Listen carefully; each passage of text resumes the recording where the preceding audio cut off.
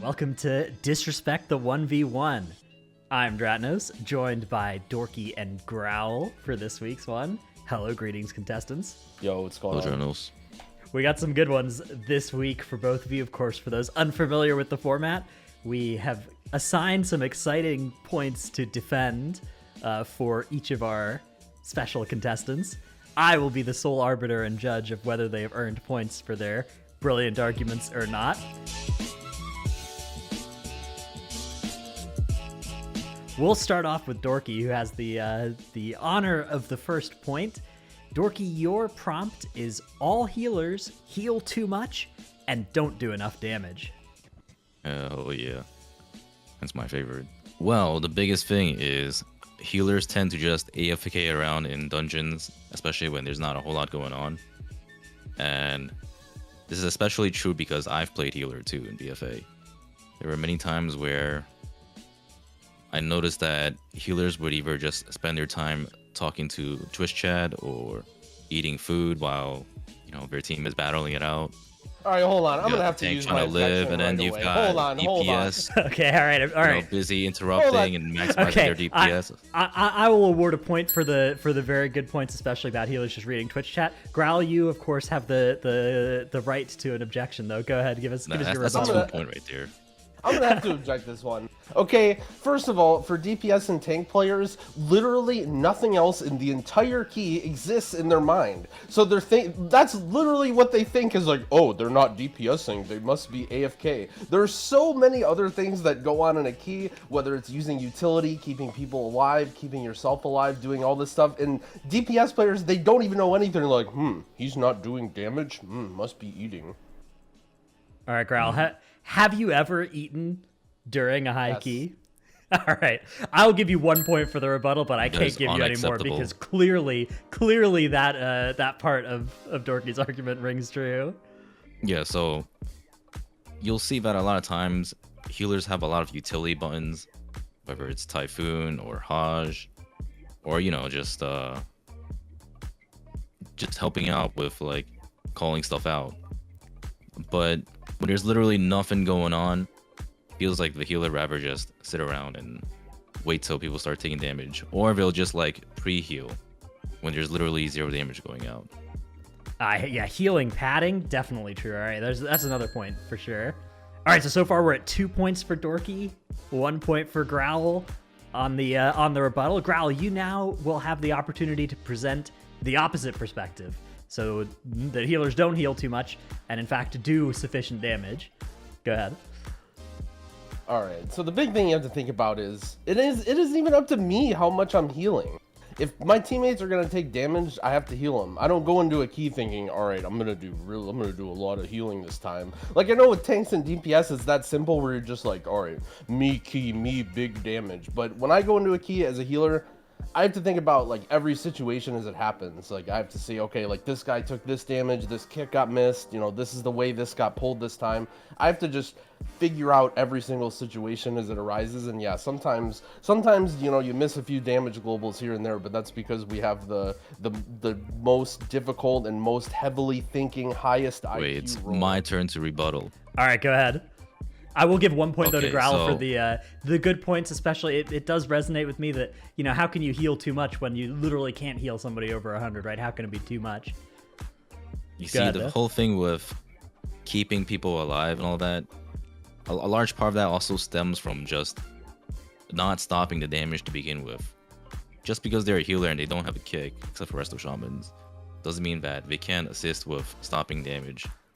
Like there are so many times where a healer would just never press their utility buttons, and those utility buttons could have been used to stop damage. Like say, just stunning a curse, using blinding light on a group of curse obliteration or whatever.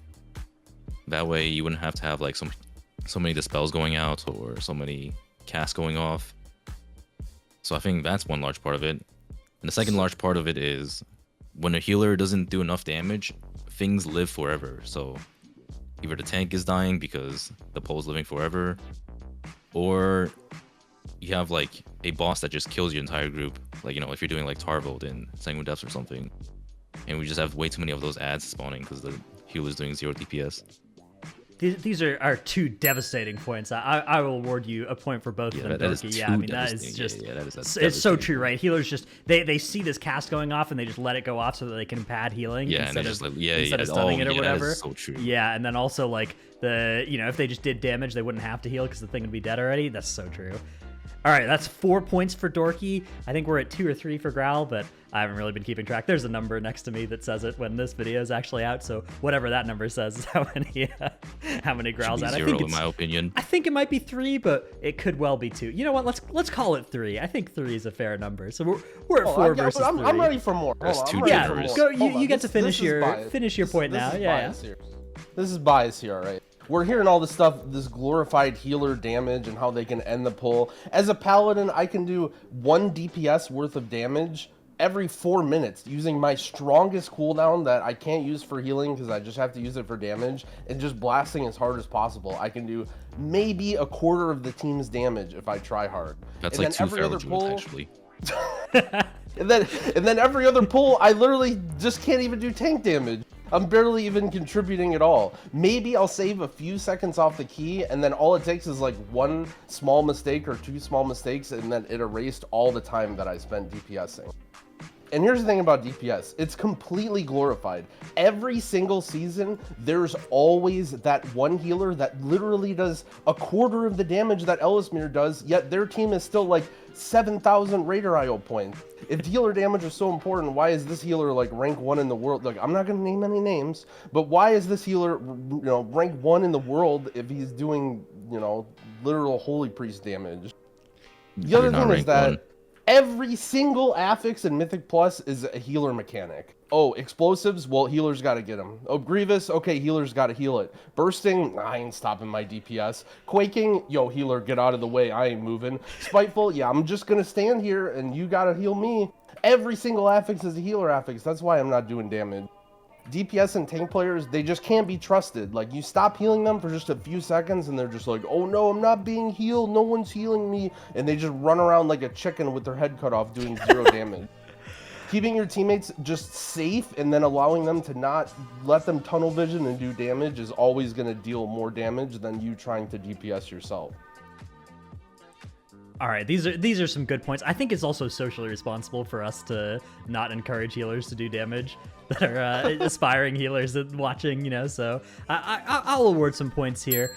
Let's call it a clean 4 versus 4 now. Look at that, it's a tie. All right, let's move on to the second topic though, which is Growl's point here of we shouldn't PTR test anything. Now remember, the score is tied at 4-4, so it's so important what happens here.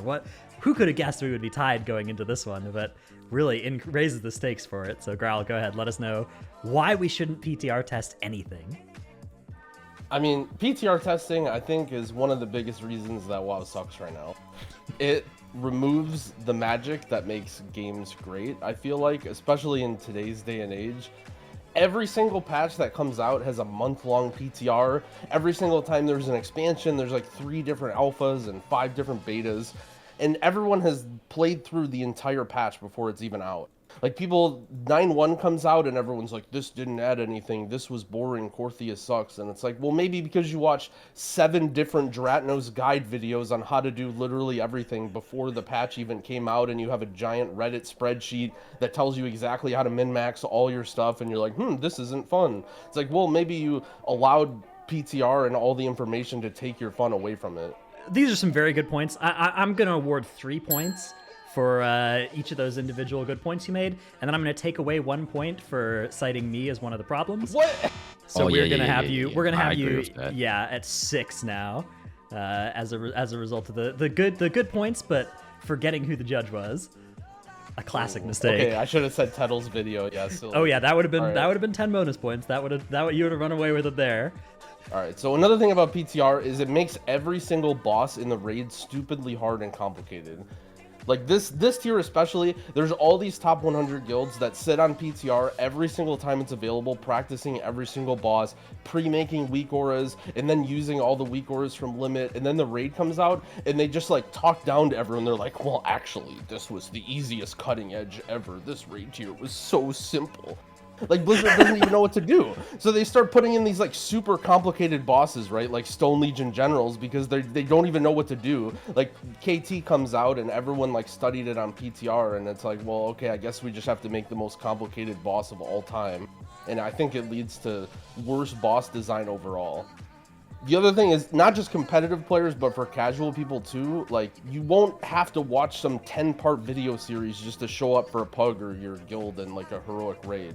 Like, the people who show up to the raid and like they're good at figuring out things on the fly and like learning the mechanics, normally that's not even a good attribute to have when you play WoW. Like, those will be the people that be rewarded and the people that will not be punished instead. And by far, the most important point and why PTR testing should be removed is that Blizzard doesn't listen to feedback from the PTR anyway. Okay. I like a lot of what's going on here. I'm curious to hear Dorki's response to these different points. It is my turn. Yeah, go ahead. And I'll decide on which of these points the point's going to go to Dorki and which one will go to Growl based off this. Okay, so first of all, I would like to say that I also think PTR sucks, but I'm gonna argue for the counterpoint. Okay, so all right, not supposed to say that, but sure. yeah, no, don't worry. I'm just letting people know, you know. Okay. But he doesn't want to ruin his image. I see. Yeah. I don't like PTR testing, but I would say the biggest thing of all is that Blizzard is a small indie company and they're unable to combat all these different bugs and balancing, you know, all these little things, because like. Imagine if there wasn't PTR testing, you would have like a Tettles video on the first week explaining why Kyrian Moonkin is good, but it's actually not. And you would have known that if you'd done some PTR testing. And I would say the same for like all these. I would say like at the very minimum, we should have PTR testing for all these little bugs. Like I remember during Shadowlands beta testing when I was doing it, there was a super strain that was causing a ton of lag by just like putting up a bunch of dots. Or you had certain dungeons like Spires that was like constantly either lagging or just not working at all, and I think these were really important to have in PTR. And that aside, I think PTR is also a fun way for streamers or content creators to be able to show at least what is incoming. It doesn't have to be like shows exactly what every single quest will be like or what the story will be like, which I do think is a little bit lame, but just being able to have a glimpse and then get some like build up some hype for what the new expansion or patch will be like. I think that's a pretty big deal. All right, I find some of these points convincing.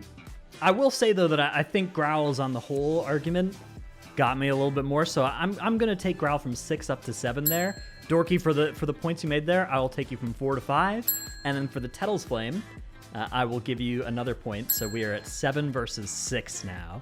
That means our winner is Growl. Growl, congratulations. You have won the 1v1, disrespected the respect, taken the victory here. You now have the opportunity, if I believe it is a convincing enough point, to take our defend the indefensible, the final round. The topic for this is Junkrat only doesn't talk because of Dorki. If you can explain how Junkrat only doesn't talk because of Dorki, and I find it believable, then that will be the super win. Not just victory over Dorki, but the true crown of defending the indefensible. In a crazy turn of events, the defend the indefensible is actually real. And for the first time, I'm going to win it. Here's the thing, right? Dorki comes off when you watch as like charismatic, you know, he understands, he appreciates everyone, but behind closed doors, you guys don't understand. This guy is abusive. Junkrat's like, oh, hey guys, like, what do you think about this route? And Dorki's just like, you're an idiot, let's not even do this, why even bother? Dorki and Junkrat do not get along at all behind closed doors. Junkrat just refuses to talk to Dorki. He actually does talk to us. No one else hears it. We have it muted on our stream like it's in a side thing, but we're all in a call in Ventrilo while we're playing with Junkrat just so we can hear, right? I finally have to let you guys know this, but we're actually in a call with Junkrat, but it's muted on stream, and Dorki isn't invited to that. You know how like in your guild, you have like the secret call where only your friends are in, and so you can talk shit about all the other friends in your guild? God damn it, I knew it all along. That's what happens with Junkrat, is we're actually in a private call in another software, but it's all muted on stream, so Dorki can't find out.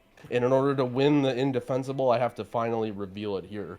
And Dorki's just too oppressive of a leader, too hard on Junkrat. You know, they're fighting permanently all the time, but goddamn knew it, man. My team was a bunch of fucking monkeys, man. I knew it all along. Using Ventrilo as well, the most offensive part of that for me. But it's believable. I believe it. Plausible. Myth plausible. Congratulations, Growl. That is I mean, you've blown up your team to do it, but it was you've won the video, so congratulations. I'm willing to sacrifice anything at any time. I'm finding a new team tonight. All right. Well, congratulations, Growl, and thanks for playing as well, Dorki. Hope you guys all like this video, and we'll see you guys in the next one. Wait, I'm supposed to argue for PTR testing? Dude, PTR testing sucks. Yeah, dude. Yeah, it's when like, I saw that one, I knew you were fucked because we've talked about it so many times. I mean, it's like I could believe that the world without PTR testing is worse, but like they would need to invest a lot more resources into the testing. That I think that does make sense, but still, I hate PTR testing as well.